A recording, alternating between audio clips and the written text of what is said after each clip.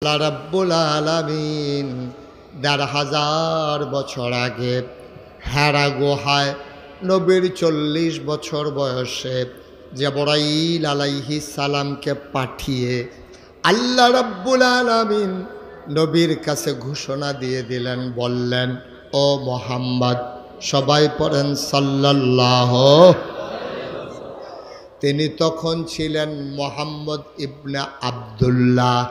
জিবরাইল এসে কয়, আসসালাতু ওয়াসসালামু আলাইকা ইয়া রাসূলুল্লাহ, আসসালাতু ওয়াসসালামু আলাইকা ইয়া হাবিবাল্লাহ, আসসালাতু ওয়াসসালামু আলাইকা ইয়া শাফিয়াল মুজনুবিন, আসসালাতু ওয়াসসালামু আলাইকা ইয়া রাহমাতান লিন-নাস। ডাক দেয়া কয়, ও মুহাম্মদ, নবীর নাম শুনলে কি পড়তে হয়? ২-১ বার না ১২ বার, ২-১ দিন না প্রতিদিন, ২-১ সপ্তাহ না প্রতি সপ্তাহ, ২-১ মাস না ১২ মাস, ২-১ বছর না সারা জীবন আমরা পড়ব সাল্লাল্লাহু আলাইহি ওয়াসাল্লাম। আর বলা লাগবে? নবীর নাম আসলে আমরা সবাই সাথে সাথে বলে দিব মুহাম্মদ। আর একটু প্র্যাকটিস করি, মুহাম্মদ। আওয়াজ করে আমরা পড়ব ইনশাআল্লাহ। আল্লাহ যেন কবুল করে, সবাই পড়ি আমিন। জিবরাইল এসে কয়, ও মুহাম্মদ, আপনি আজকে থেকে মুহাম্মদ ইবনে আব্দুল্লাহ না।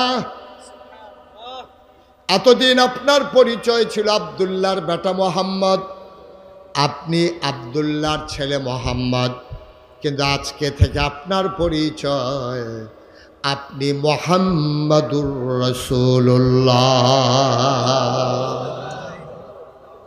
নবুয়ত প্রকাশ পেয়ে গেল।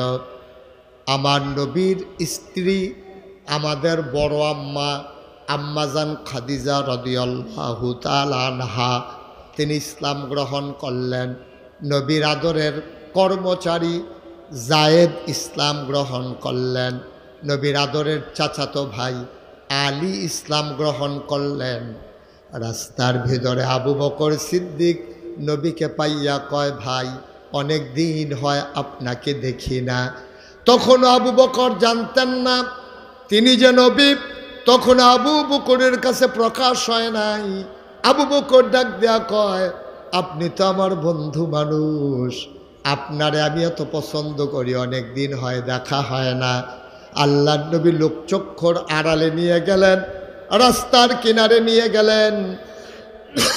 ডাক দিয়া কয়, আবু বকর, তুমি বোধহয় শুনো নাই, আল্লাহর ফেরেশতা জিবরাইল বলে আমি নাকি নবী।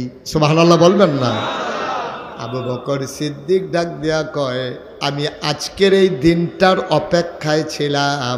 আমি জানতাম আপনি কিচ্ছু একটা হবেন, শুধু ঘোষণার বাকি আমি জানতাম।